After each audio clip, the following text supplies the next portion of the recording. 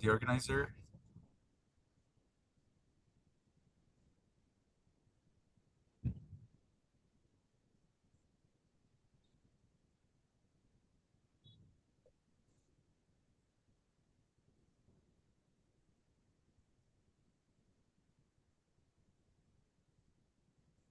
So I'm So, waiting for the yeah, organizer shares the screen. Yeah. I would like to share the screen now. Very nice. So I would like to ask everybody who has read the pages in the book Love Your Children the Right Way. I did. So please raise your hand if you have raise your hand if you have read those 20 pages that we had to read for this class. If you did, please raise your hand. Dạ, kính thưa quý vị là tôi có hỏi là những ai đã đọc cái 20 trang sách này rồi thì xin quý vị hãy giơ tay ạ. Và bản thân sư thì sư đã đọc rồi ạ.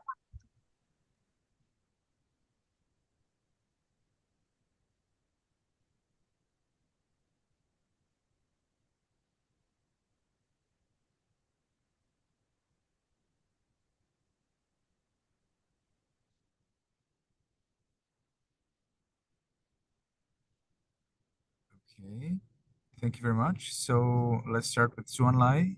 So can you tell us where did you mark your sentence you'd like to share with us?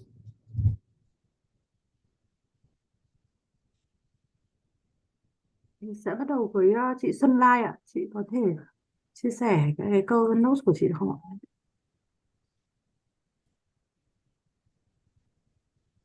Con xin chào.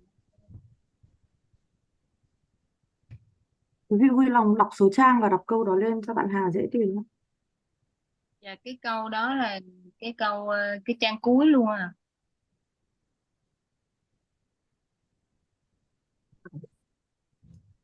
Do con mở cũng không kịp nên là nhờ phóng to ra cho con đọc à.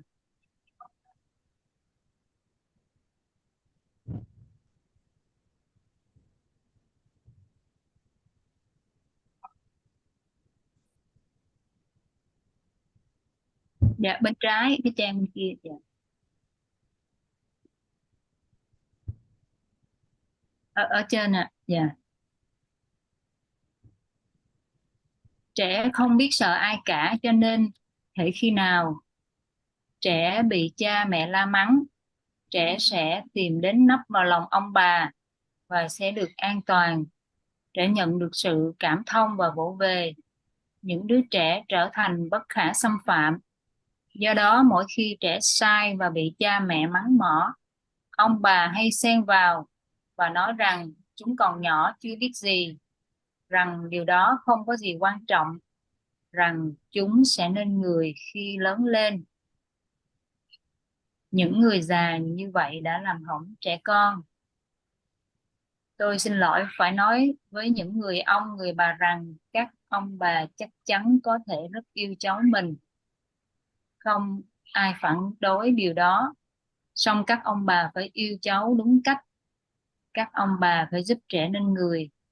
Đừng bao giờ biến trẻ thành người xấu. Khi trẻ lớn lên, trẻ sẽ trách cứ rằng trẻ trở thành người xấu là tại ông bà mình. Đó là một sai lầm lớn, một sai lầm chúng ta vô ý mắc phải, và nó thực sự có hại trong thời đại hiện nay. Xin cảm ơn Mante. Hà tìm thấy chưa hả? So this is not exactly how to do that. So when somebody is reading the text, the organizer needs to mark it so that everybody immediately sees what's the portion that's read. All right. So you can use for that, for example, the red square. If you go to the comment tab at the top of the window, you have comment. Yes. You can click on the red square in the middle of the screen. In the middle. No. Yeah. Yes. A little bit to the right. You have their little red shapes. Do you see that? There is a square also. Yes.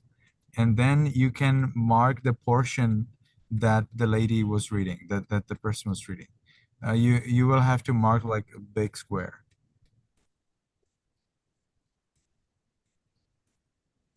Probably not like that. You'll have to go from the big, yes, that's right. So that's what I would like you to mark. So then if anybody is reading, you immediately know where they are reading. And I would like you to also mark the portion in English. So the people who are going to read in Vietnamese, they need to wait until you find the English version. Because as you are searching in the English version, you do not listen to what they say. And also other people are disturbed as you're searching things. So you need to first have everything ready, and then we start reading. So have you already found the portion which is here in Vietnamese? Have you found it in English? No, Not I yet? haven't. Okay.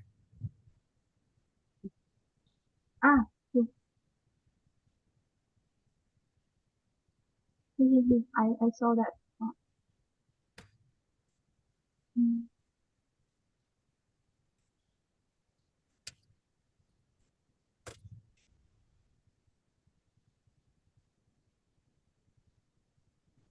And here you would be using highlight. No, not a square here. You would go to the yellow T, yellow T, yes, and you would highlight exactly the text. Does it work? I see. It's because you have a locked document. So you will need to send it to me so that I unlock it for you. For the time being, you cannot do anything at all. Sorry. So just tell me, where does it start? It starts with the kid is not does not fear anyone, because whenever the parents scolded them, they will find their grandparents so that they're safe. I still don't see it. Where is it? Can you please read it again? The first few words. Because I do not see the document, so I don't know exactly, but I only understand the meaning. It's shared in the screen. Now the screen is shared. Can you see the shared screen? Yes, but she hasn't found that part. She hasn't found the part yet? Em đang hơi sâu với cái phần senior đấy. Senior members of a family such I as see. grandmother and grandfather. Okay. So can somebody read it so that I know until what portion it is? Because now, you know, we cannot highlight it. That's just for today. Next week you'll get a document where you can highlight. Cái tài liệu này bị lock rồi á, nên em không đánh dấu được đâu, thì em để chuột vào đấy để chị đọc đấy. Em để con chuột vào đấy thôi.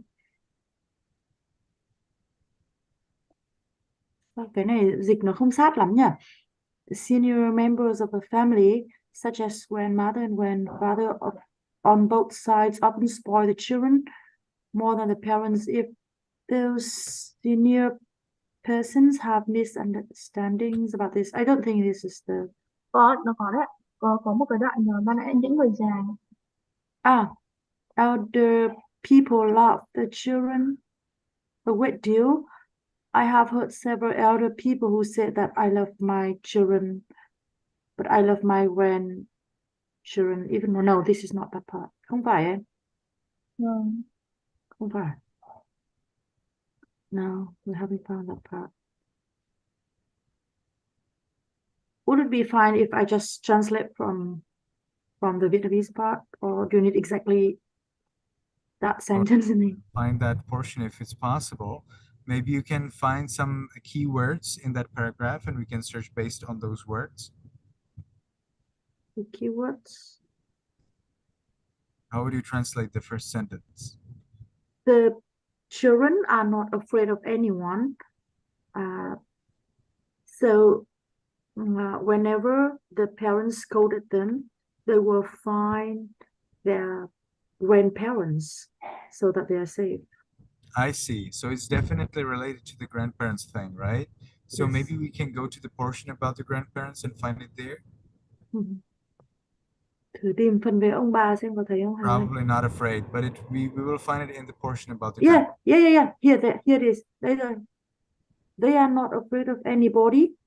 Yeah, that's what the word highlights. They are not. Oh, I'm surprised she can search it. They are not afraid of anybody. Anytime they are scolded by the parents, they could just go to an embrace of the grandparents and they are saved. They receive compassion and warmth. When children become like some who are untouchable, when they are wrong and they're scolded by the parents, when parents will come in between and say that they were still young, they don't know anything yet. It does not matter, they will be good when they grow up. These old people are the ones who spoil the children. I beg forgiveness to say to you, the grandmother and the grandfather, that you surely can love your grandchildren. Nobody is going to be against that, but you must love them the right way. You must make them good persons. Never make your grandchildren bad persons. Okay, thank you very much. That's the part. So let's continue to Mr. Kondo. Dạ, tiếp tục với chị Xuân Đỗ ạ. Của con là ở trang 35 á, đầu trang 35. Đầu trang 35. Tuyệt đối không bao giờ đánh con khi bản thân đang cáu giận. Hết cái đoạn đó. Tuyệt đối không bao giờ. Please wait. You cannot like read it. You need to help us to find it. Đến đâu hả anh? Đến với bạo hành với con cái, bạo hành Đến bạo hành với con đây cái. chính là highlight luôn đi đã. Highlight luôn đi, từ tuyệt đối đến bạo hành với con cái. Ok, rồi đi tìm. Em tìm absolutely. Wait until we find the English version also. Yes. Henry đi em. Em thử tìm chữ Henry đi. Chữ cáu giận này. Em absolutely.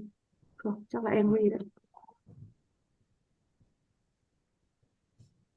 Hoặc là when you are angry.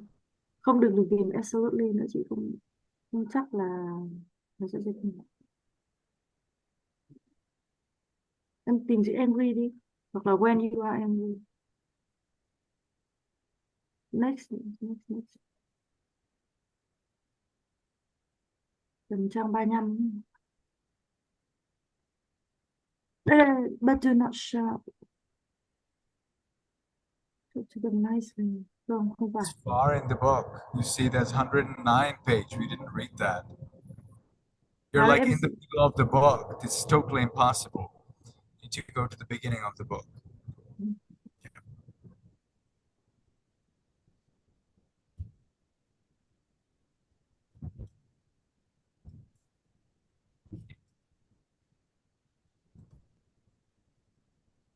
You know, there are these tiny little greater than and smaller than next to the word that you typed. If you click on those little buttons, more to the right. No, to the right. Yes, those, yes, exactly. Those buttons. Just click on them and it will find for you. You can click on the other button by the left to find the previous word. If you're going just one direction, yes, you can go back. Yes, exactly. You can click that. Yes, very good. You're going back to the beginning. Yes. Đây chị nghĩ là đoạn trước ấy hả? Previous đi, previous. No, previous. Đây, ok. Đây. Never use spanking đấy. Back lại đi. I think you have. Yes. Cái mà never use. No, you're at the end of the book. You need to press the button to the right. Đó. Yes. Đây. Stop in there. Stop. Dừng. Now, can you show us where does it start? Yes. Never use spanking. Đây này Hà này. Không, em để con chuột vào đấy là được. Cái bản này khóa rồi, em không highlight được. Em để con chuột vào đấy để chị đọc. You cannot Okay. make any marking because the document is locked. All right? I will have to unlock it for you. So you will have to send it to me. I can unlock it. Never use spanking when you are angry. Some of the parents use spanking right away while they're angry, and they hit randomly and without reasons. This becomes a cruelty to children. Cruelty. Yes, cruelty to children.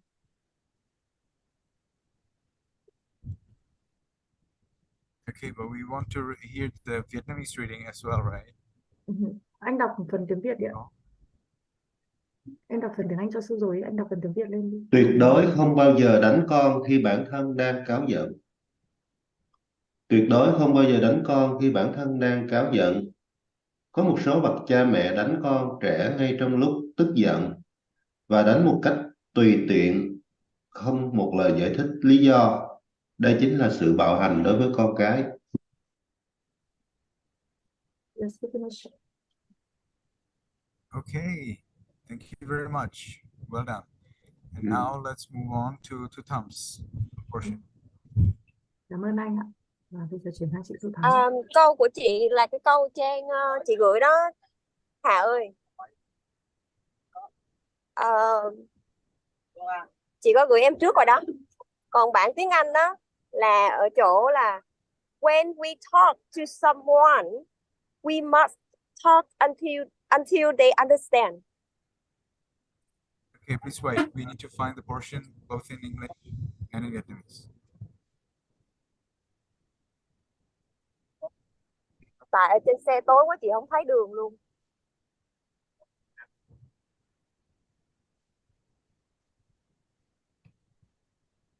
Trang 34 của cái quyển sách và trang 18 PDF của tiếng Anh.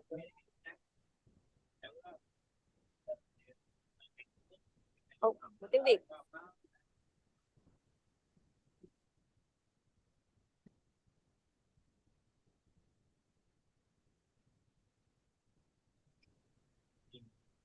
Còn ở bên bản tiếng Anh đó là chỗ mà when we talk to someone, we must talk until they understand.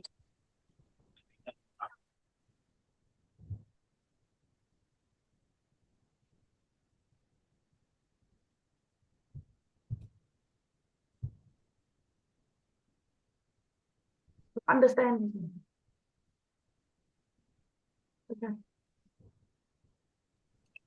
Đúng rồi I Hà ơi. mistake. They wrote some and one, so you cannot find it. Okay, good. Yes. When we So talk. when we talk to someone, must talk until they understand.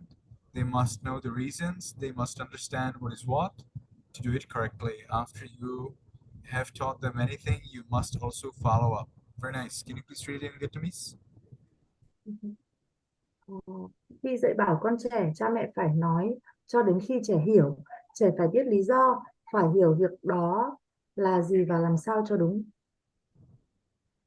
Very nice. Thank you very much. Let's continue. Wait.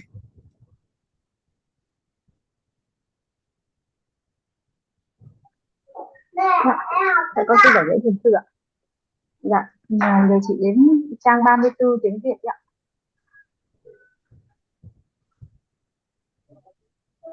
Dạ em đang mở trang 34 rồi chị ạ. Dạ, trang 34 ở cái đoạn là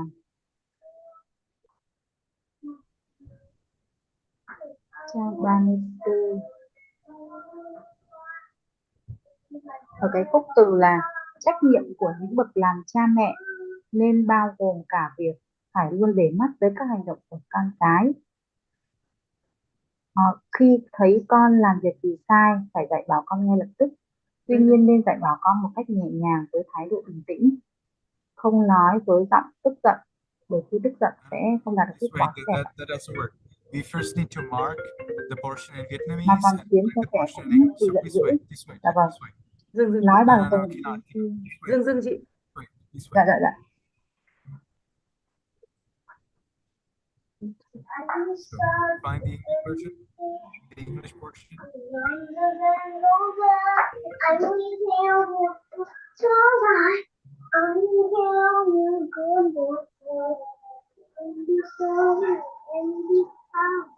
Ai đang hát ở chỗ chị? Dạ. Tức là mình sẽ phải tìm cái phần tiếng Anh tương đương đã, xong sau khi mình tìm được cả tiếng Việt và tiếng Anh rồi bắt đầu mình mới đọc. Dạ vâng. Mọi người lưu ý là mình sẽ nói ra thắm nào của mình từ đâu đến đâu thôi đã, không để Hà tìm cái phần bên kia, bên tiếng Anh đã. Trang 19 đây bạn, nó nằm ở trang 19 á. Đúng đi Hà.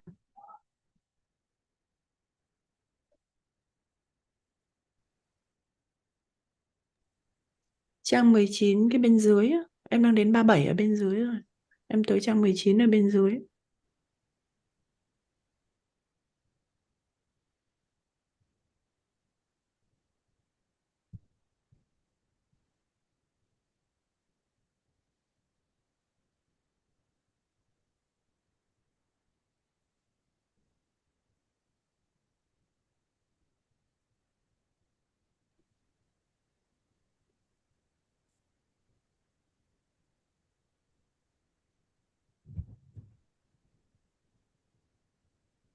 Dưới.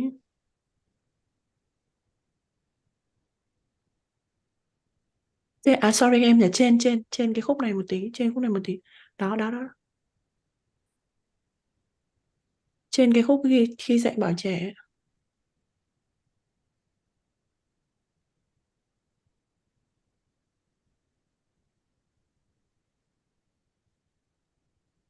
Đó.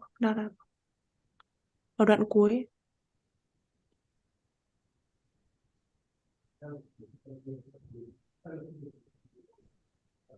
Đoạn cuối đấy hả? This is the truth. Đấy, đây là sự thật đấy. Đó là sự thật, trách nhiệm của những bậc cha mẹ. A duty of the parents. Okay.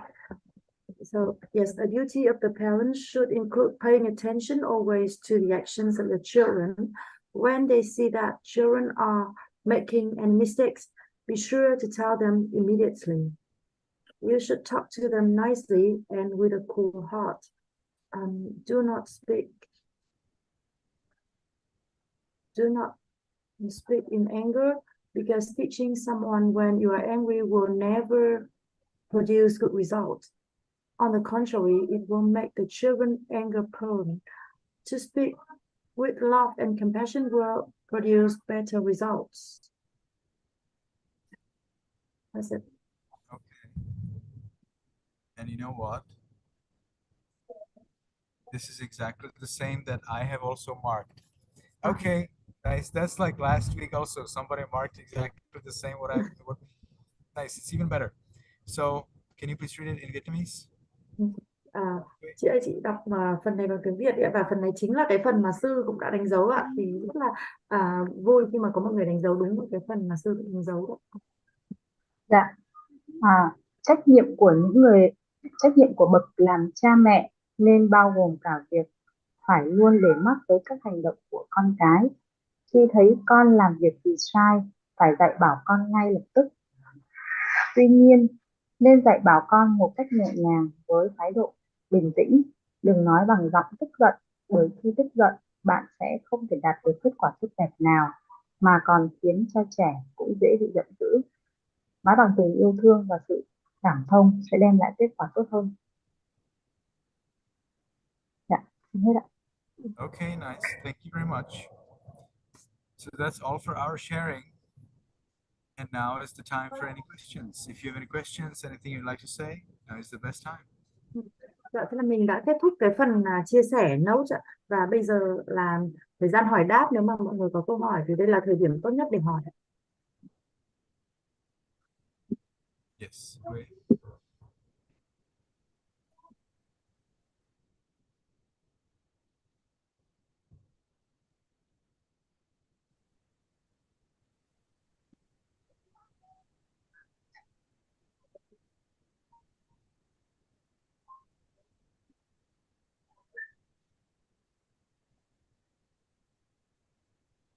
Yes, I'm listening.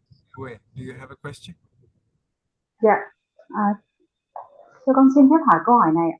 Tức là ở các cái cuốn sách trước thì cái nói rằng là cái hình phạt hay là thưởng và phạt đối với trẻ em đều không phải là một cái đều không phải là một cái mà khuyến khích được sử dụng ấy ạ.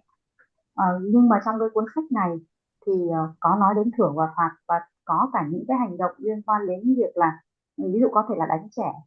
Nhưng cái hành động đánh trẻ thì trong cuốn sách có nói là không đánh trong lúc tức giận. Tuy nhiên là con vẫn cảm thấy rằng là cái việc mà đánh trẻ dù cho là tức giận hay không tức giận thì có nên sử dụng không ạ? Đó là câu hỏi thứ nhất. Và thứ hai nữa là cái việc thưởng và phạt, bởi vì là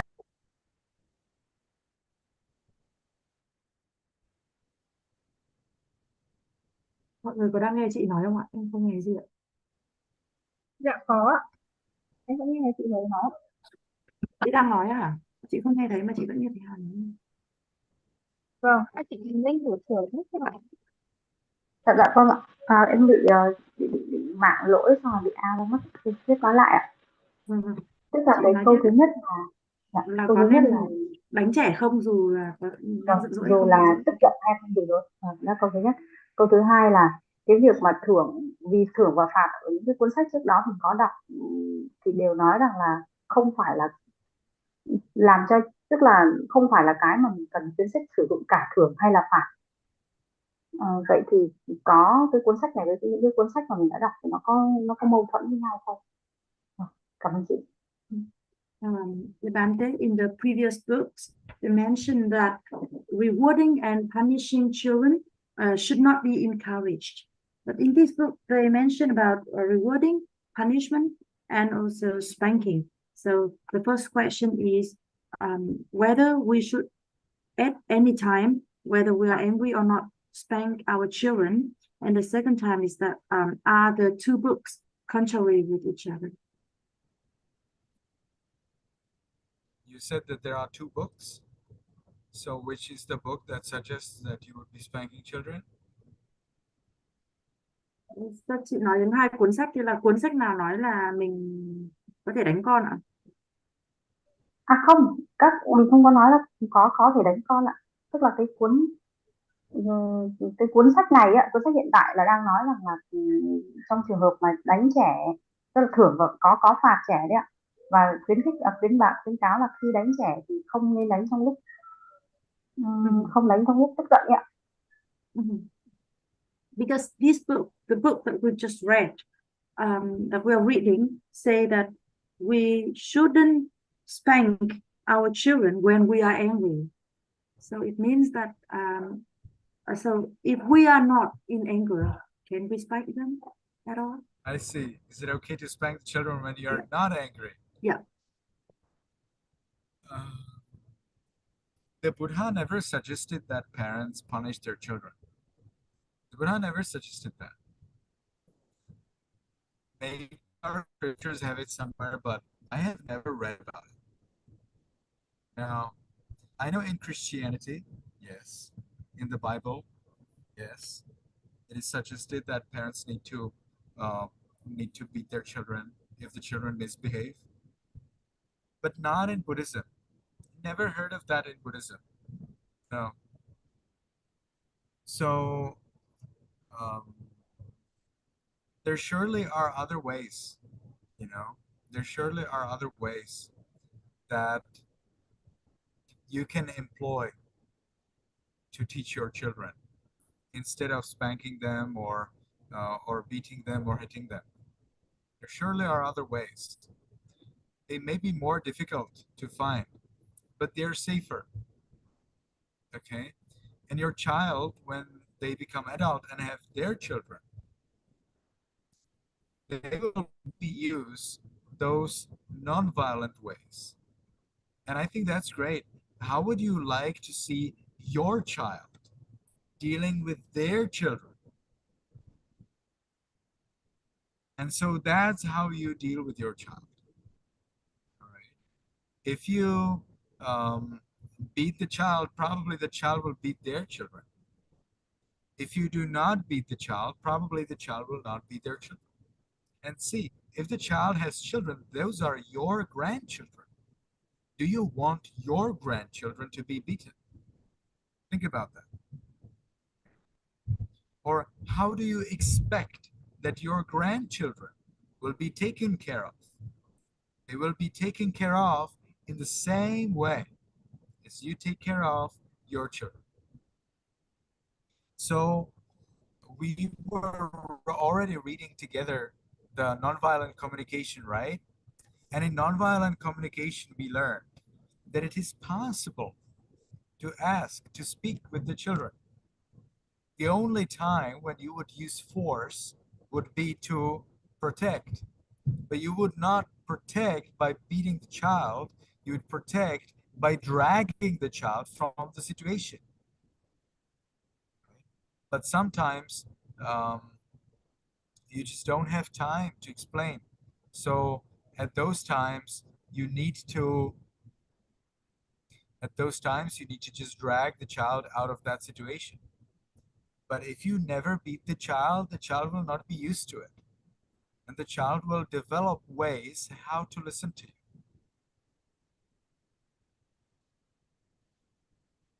The best way is to just listen. What does the child really need? What does the child really want? All right. And sometimes what's really difficult is if the child is like very loud or behaves very bad to others, then again, it's very difficult to explain things on the spot. You might be busy or you might be shy to be explaining things. So you will need to drag the child out of that situation. But beating really doesn't help. Because if you beat the child in many cases, well, then the child will get used to it.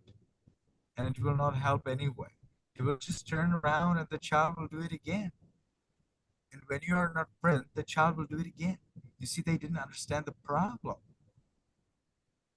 They only understand that if you see them, then they shouldn't do it. But what if you do not see them? Well, then maybe they can do it because nobody will beat them, right? You see, beating doesn't really work. So you need to be extraordinarily clever. Being a parent is not easy. Not easy. So, Janlin, are you here with us? Yes, I'm I'm seeing listening. just blue screen. Okay, your face is Oh. not visible. Really. Yeah, you finished, Mandy? Okay, so you can translate that and you will see what the people think about it. Dạ, dạ. Dạ, ừm, nếu mà trong Phật giáo á, thì Phật không có từng nói về việc là cha mẹ nên phạt con cái, hoặc là nó ở đâu đó trong kinh điển thì tôi chưa có đọc.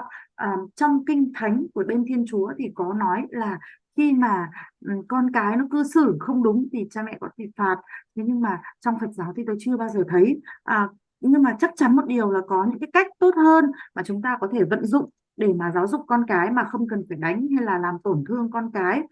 Mà những cái cách này thì sẽ khó để tìm ra hơn, thế nhưng mà nó sẽ an toàn hơn. Thì khi mà con cái của chúng ta trở thành người lớn và chúng cũng có con cái của mình thì chúng cũng sẽ giáo dục con cái theo một cái cách mà không bạo lực, và thế sẽ rất là tuyệt vời, đúng không ạ? Khi mà con cái của các bạn đối xử với con của mình sẽ giống như cái cách mà bạn đã đối xử với chúng. Và nếu như mà bạn đánh con thì con của bạn cũng sẽ đánh con của chúng, và con của chúng thì chính là cháu của bạn.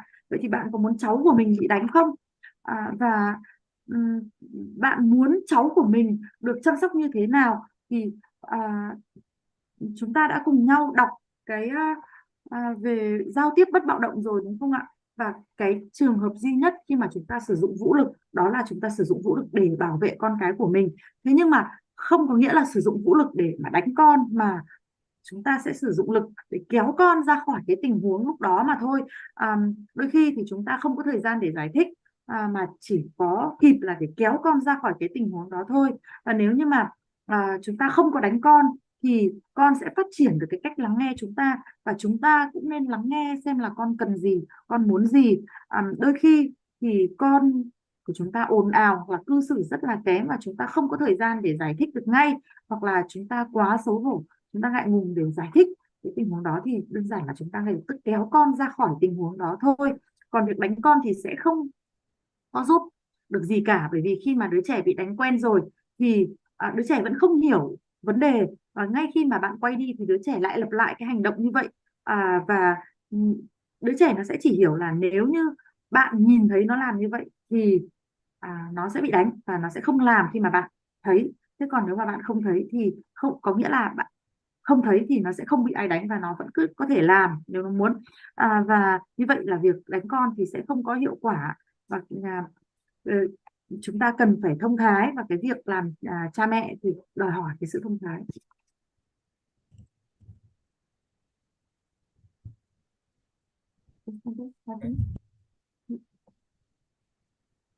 So what do you think about that? That was Hui's question, right? Chị Huế, chị nghĩ gì ạ? Dạ con. Dạ con xin lỗi một chút ạ.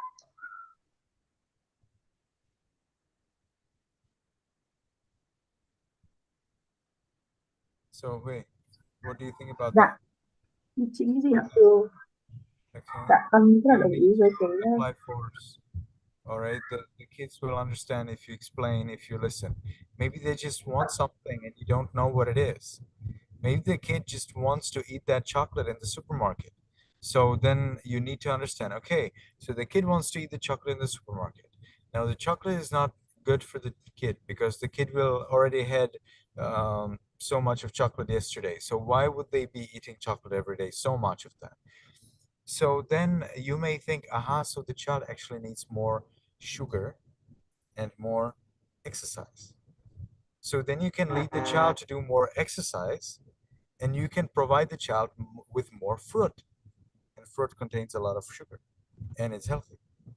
And then maybe the child will not be so much desirous of the chocolate because they already have enough sugar and they already have enough exercise.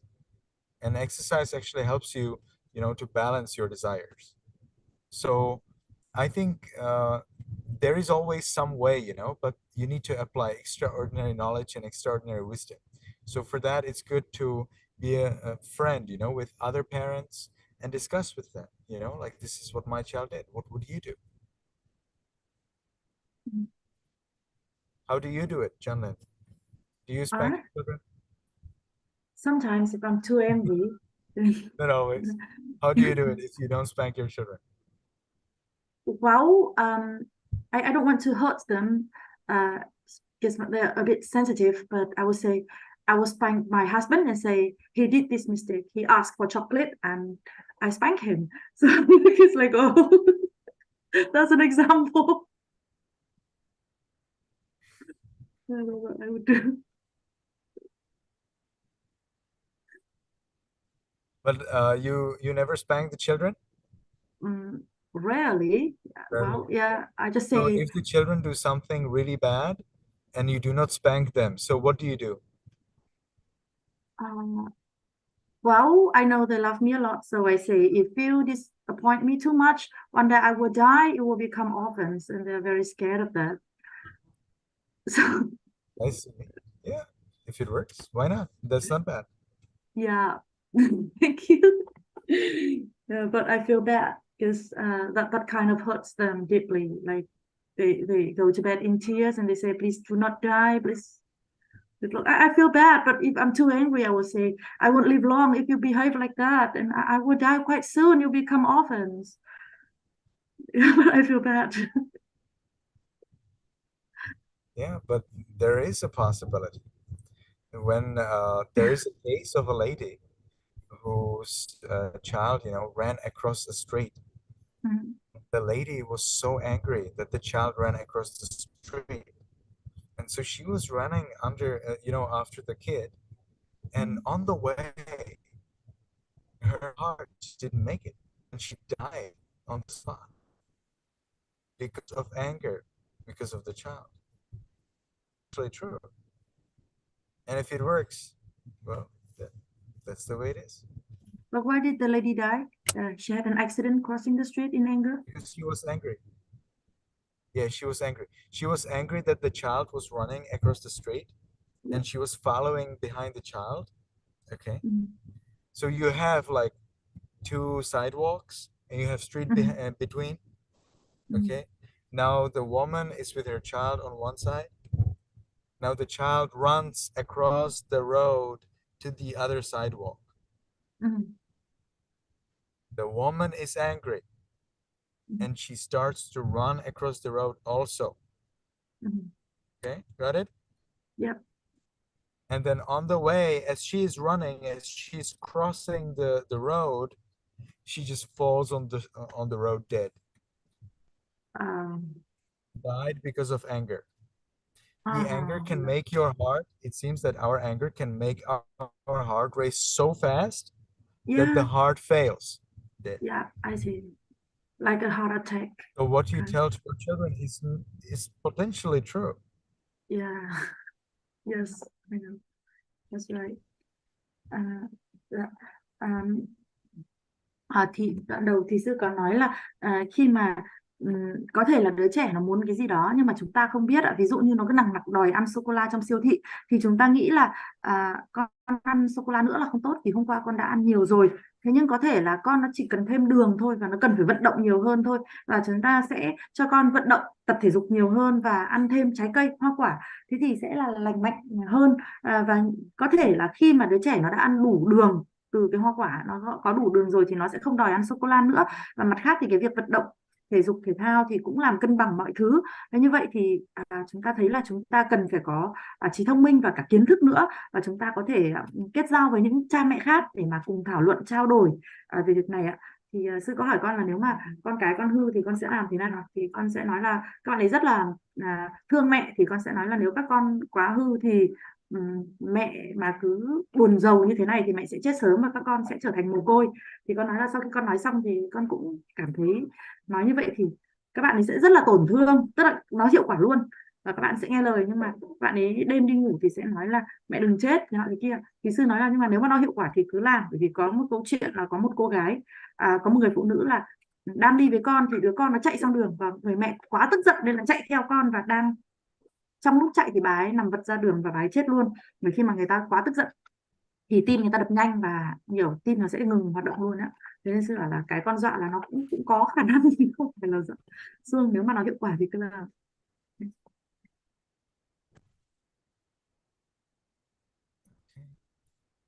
Anything else?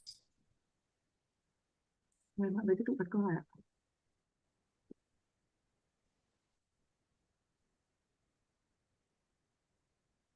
All right, so for next week, let me suggest you read.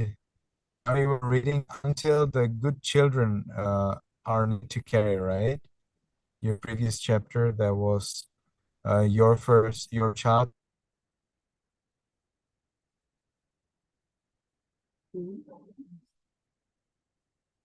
Em chia sẻ cái màn hình cuốn sách đó để sư xem là chương trước mình đã đọc đến đâu rồi, mình đọc đến đâu rồi. Em nhắc sư đi, mình đọc đến đâu. Mình đang đọc đến chỗ người thầy đầu tiên của con, the first teacher. Để em mở.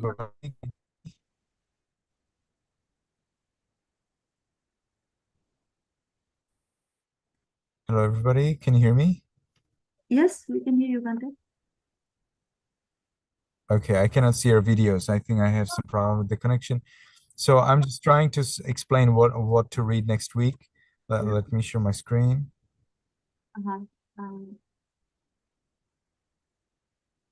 So what about to read influences of heredity and children?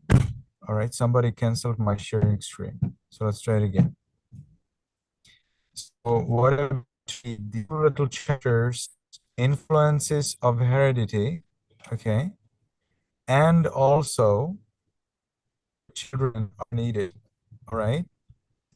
So altogether, that is in my version, 23 to 35, so it's about 10 pages, a little more than 10 pages, two little chapters.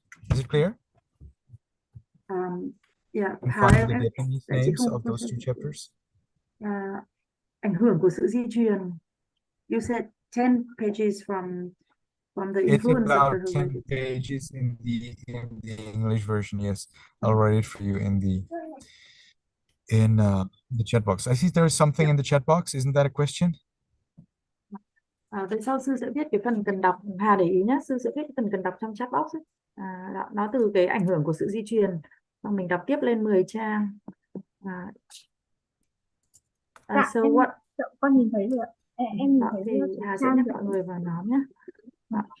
So what should we do when our children continuously misbehave?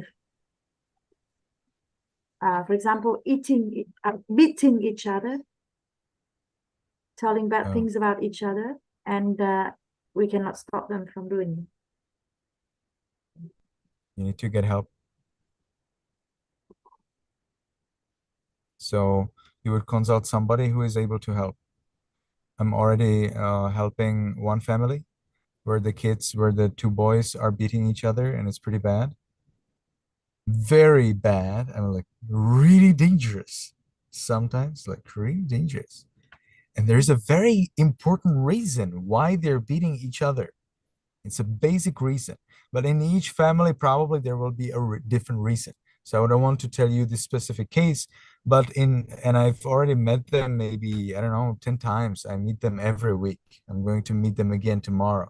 So I'm meeting the two boys and the parents, and we're discussing, and I think we did a huge progress. But, you know, it takes time. It takes time. The kids, they have some bad habits, and it takes time to get into good habits. And the parents also sometimes have bad habits. Like in this case, they have many bad habits, the parents themselves. So it takes some time, you know, to find out exactly what each person needs, what are each person's limitations, and help them to get things done. So yes, if you cannot make it, and it's something that's coming again and again, then I suggest that you find somebody to help. Sometimes I can help, sometimes other people can help. You have for this so-called counselors or psychologists. They're specifically, some of them are specifically trained to help with children and with parenting. All right. So I like very much helping with children. It's very important for me because I want to raise novices in my monastery. So I want to be ready for that if it happens in the future. So I want to be ready for this. Okay. And I also teach Dhamma to many kids every week. So of course I need to know how to deal with kids. So yes, there are many people who can help, and you need to find someone to help. Do not think that you're alone in this. You know, there's 7 billion people in this world, and there definitely are people who are most happy to support you and to help you. Okay, and that's actually all for today. So it was a pleasure to see everybody, and I hope to see you again next week. May you be happy, may you be healthy, and may you be successful in everything you do. Sadhu, sadhu, sadhu. Thank you very much, Bante. Thank you very much. Dạ, câu hỏi của chị Khánh Phương là mình sẽ hành động như thế nào cho đúng khi con cái liên tục làm hành động sai, ví dụ như là nói xấu, đánh nhau, nói xấu nhau, đánh nhau mà mình nói nó không nghe, thì sư nói là nếu mà trầm trọng quá thì mình thực sự là cần sự giúp đỡ hoặc là tham vấn một ai đó. Bản thân sư cũng đang giúp đỡ một gia đình mà hai cậu bé thì đánh nhau rất là dữ dội, và chúng có một cái lý do ở đằng sau, một cái lý do quan trọng, chúng luôn đánh nhau và đôi khi đánh nhau đến mức nguy hiểm nữa. Thì mỗi gia đình thì sẽ có những cái lý do khác nhau. Sư cũng không muốn nói cụ thể cái tình huống của gia đình đó ra, nhưng sư đã gặp họ trên 10 lần rồi, và tuần nào thì sư cũng gặp hai cậu bé và cả phụ huynh nữa, và đến nay thì gia đình đó cũng đã có một cái tiến bộ rất là lớn rồi, nhưng mà cũng rất là cần nhiều thời gian, bởi vì bản thân cha mẹ trong gia đình thì cũng có những cái thói quen xấu, và chúng ta cần phải hiểu là từng người cần gì, giới hạn của từng người là đến đâu, ở đâu thì chúng ta có thể giúp đỡ được họ. Và nếu như mà vấn đề quá nghiêm trọng mà bạn không thể giải quyết được thì chúng ta cần đến sự trợ giúp, đến sự tham vấn, và đôi khi thì sư có thể giúp hoặc là những người khác có thể giúp. Đôi khi là chúng ta cần một cái người tư vấn hoặc là một cái nhà tâm lý học, một cái bác sĩ tâm lý để mà có thể giúp cho cả. Và đặc biệt là sư thì cũng rất là muốn giúp đỡ ở trong cái mảng nuôi dạy con cái hoặc là giáo dục trẻ em, bởi vì là tương lai thì sư rất là muốn nuôi dạy những cái bé sa di, những cái bạn sa di nhỏ ở trong tu viện của mình. Và mặt khác nữa thì sư cũng dạy pháp cho rất là nhiều trẻ em nữa, cho nên là cái việc này cũng rất là quan trọng với sư.